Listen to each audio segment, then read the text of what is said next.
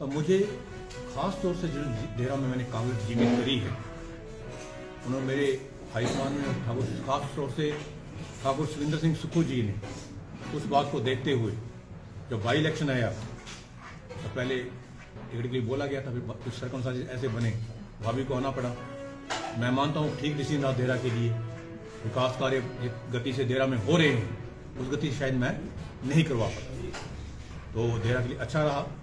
और उसी संदर्भ में ठाकुर साहब ने देखा कि इसमें क्षमता है काम करने की, मुझे शिक्षा बोर्ड का दायित्व दिया गया। अब देखिए, मेरी जन्मभूमि कांगड़ा है, पर कर्मभूमि, राजनीतिक कर्मभूमि मेरी डेरा है।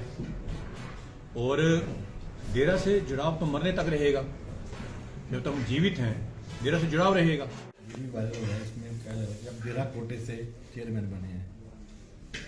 मेरा मानना है सबसे पावन पर भलीभांति परिचित हैं कि जब कांग्रेस पार्टी ने, क्योंकि कांगड़ा में जो था कांग्रेसी विधायक थे, तो कांग्रेस पार्टी ने मुझे डेरा से सबसे पावन पर उस वक्त पिछले 15 सालों से कांग्रेस जहां नहीं जीत पा रही थी, और 2 टर्म से 2012 में 2017 में कांग्रेस की जमानत जब्त हुई। मैं अपने आप को नहीं कर रहा, पर मैं एक कांग्रेस कार्यकर्ता और देहरा के बाशिंदों ने मुझे भरपूर सहयोग दिया, मैं उनका आज भी ऋणी हूं।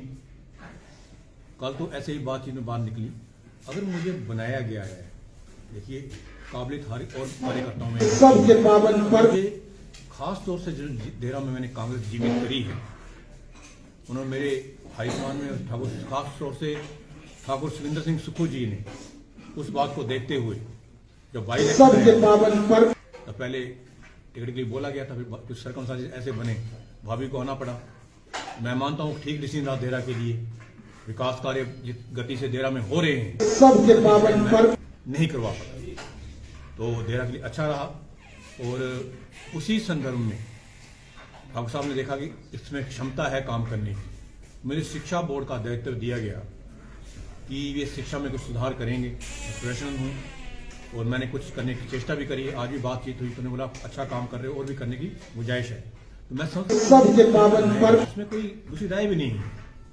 अब देखिए, मेरी जन्मभूमि कांगड़ा है, पर कर्मभूमि, राजनीतिक कर्मभूमि मेरी डेरा है। और डेरा से जुड़ाव तो मरने तक रहेगा, जब तक हम जीवित हैं डेरा से जुड़ाव रहेगा। कभी भी मैं करूंगा, अगर डेरा में कार्य भी करता हूं तो कांग्रेस के कार्यकर्ता के तौर पर कार्य करूंगा। पार्टी हाईकमान और माननीय मुख्यमंत्री 27 में जिस किसी भी को भी उसके लिए पूरे तन मन और धन से काम करेंगे। बाई इलेक्शन में आपने देखा, हमने माननीय कमलेश ठाकुर जी के लिए एक सेनापति की तरह काम करा।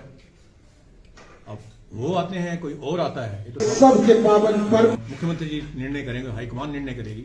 जो कोई भी आएगा डॉक्टर राजेश को एक कार्यकर्ता के तौर पे डेरा में पाएगा। ये तो कांग्रेस के नाते आपने सबसे पावन पर एजुकेशन बोर्ड के चेयरमैन है, तो उसकी शिक्षा में क्या बदलाव किए जा रहे हैं?